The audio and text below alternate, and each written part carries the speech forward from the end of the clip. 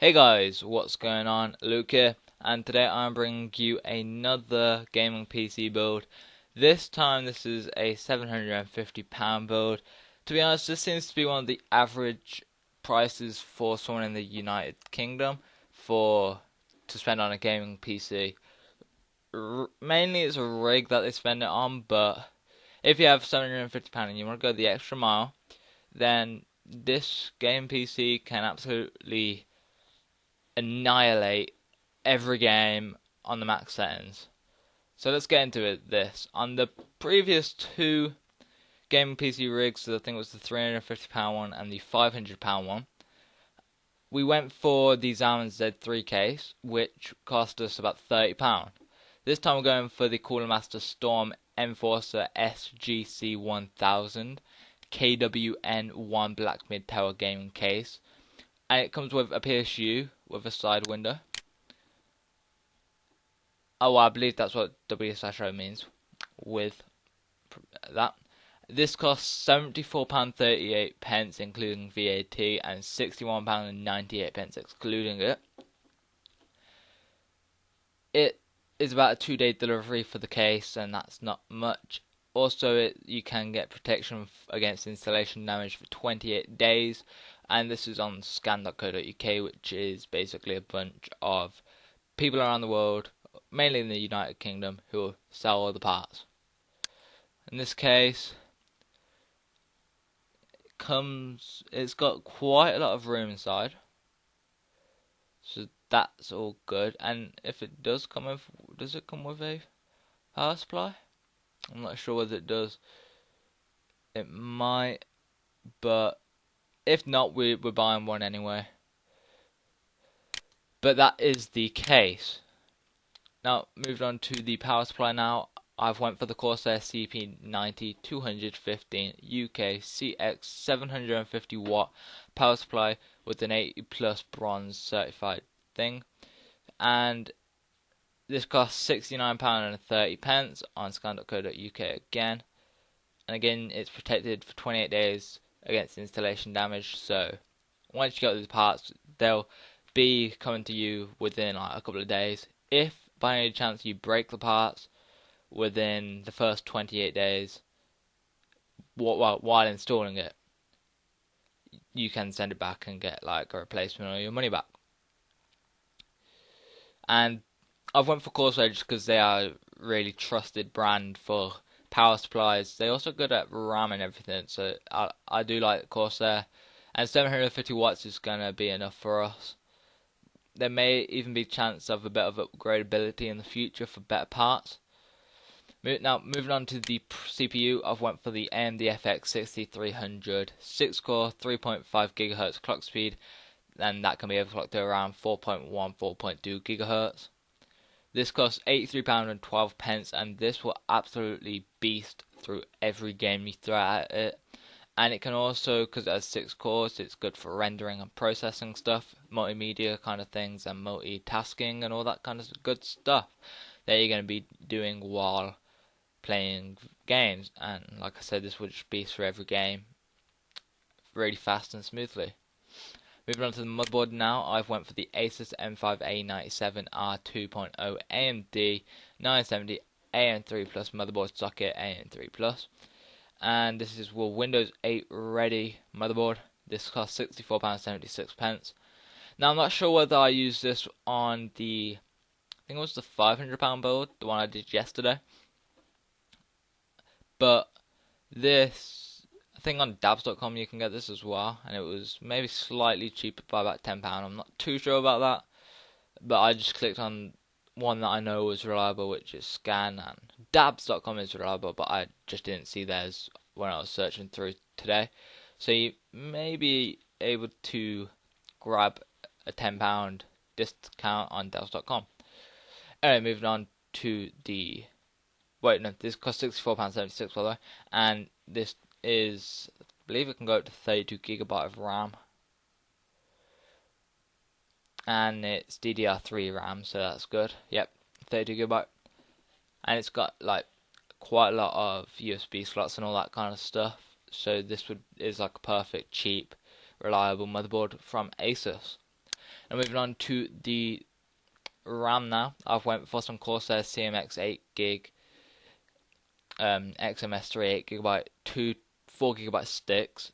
It's some DDR3 1600 MHz RAM. This costs £65.56, and because it's two channels like a dual channel, then that's going to give us the best performance, because even if one breaks, like one of the stick breaks, you still have your 4GB, which will most likely run through most games. But what I would recommend, because this, I think, say you have about £50 left at the end, maybe getting another 4GB stick of this, so you have 12GB, or upgrading to 16GB later on, just so you have that massive boost in games. Now moving on to our most expensive part of the build, the graphics card. I went for the XFX Radeon R9 280X Boost 3GB PCI Express AMD graphics card. This card on sky.co.uk comes free with Battlefield 4, and all the AMD R9 series GPUs come free with Battlefield 4.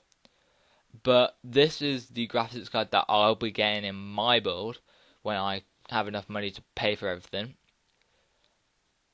And this wasn't actually in stock last time I checked, which was like 5 days ago. But it seems to be back in stock, but it's in low stock at the minute.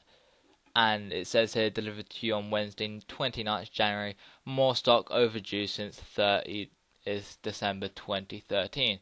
So I believe that means that they've ordered new stock, but it's late in coming to them. But this graphics card will beast through every game, and this graphics card can handle 4K resolutions, which is something like 2560 by 1920 or something ridiculous like that. Like 10 times better than 1080p or 4 times better or something along those lines. This graphic card will run through that bestiality. It's 6000 MHz, 850 MHz, boost 1000 MHz. Battlefield 4 free, so you're saving like £30 there. So that's nice. This graphics card on this site has 5 out of 5 star rating.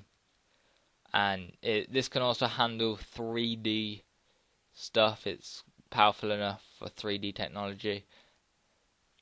So imagine playing games in 3D, that would be wicked. Now moving on to the hard drive now. I went for the Seagate 1TB Barracuda SATA 6GB 64MB 7200 RPM hard drive. This is the one I've used in my previous builds, and it's reliable, £42.99. You might want to get two of these, because there's £50 left, so you could always get two of these, use one for Windows, and then use the other space on that one for games, and then you also have another terabyte for games and videos and all that stuff that you'll be using this gaming PC for. Now moving on to the sound card, I always go for a sound card in my builds. For some reason, no one else seems to be doing that, but I need to make that clear that for sound, you do want to have a sound card in your build.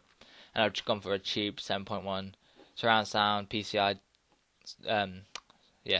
card, and it's £12.51 on devs.com again. It's cheap, reliable.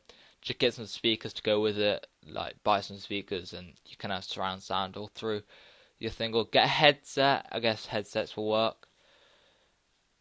Anyway, moving on to the optical drive now. I've went for the Samsung 24X SH224DB DVD RW SATA OEM.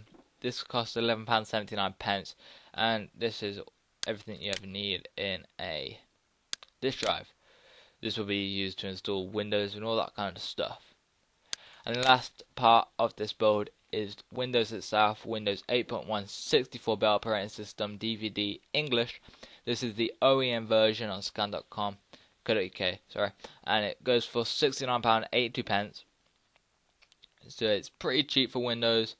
I would recommend though getting the full version, just because if you break the motherboard at any time or it blows out, then you'll have to buy a new copy of Windows. So save up that extra £70 or something and get the full version that can be installed on as many motherboards as you like. Or you can just phone up Microsoft to get them to give you another copy of Windows. Anyway, that is the build done. And here we have a notepad with everything. We have the case, the GPU, the CPU, the motherboard, the RAM, the PSU, the hard drive, the sound card, the optical drive, and the copy of Windows. All of this adds up to £745.37. So £5 spare. But if this was an £800 build, which I've been going for, like talking about really in this build, it's you'll be left with around £54.63, and with that you can get another 4 GB of RAM or another hard drive, so that is all good. And also if you have like another £62 or something, you can get the AMD FX 8350. Now if we just open this up and we type 8350 and we go and open up this is, like I said, like £62 or something more than the AMD FX 6300. But instead of being 6 cores, this has 8 cores, clock speed of 4 GHz, and can be overclocked about 4.2 GHz. But this it can be overclocked to around 5 GHz if you overclock it well, and that would just be amazing in your games. And this is the one I'm getting just because it's so fast.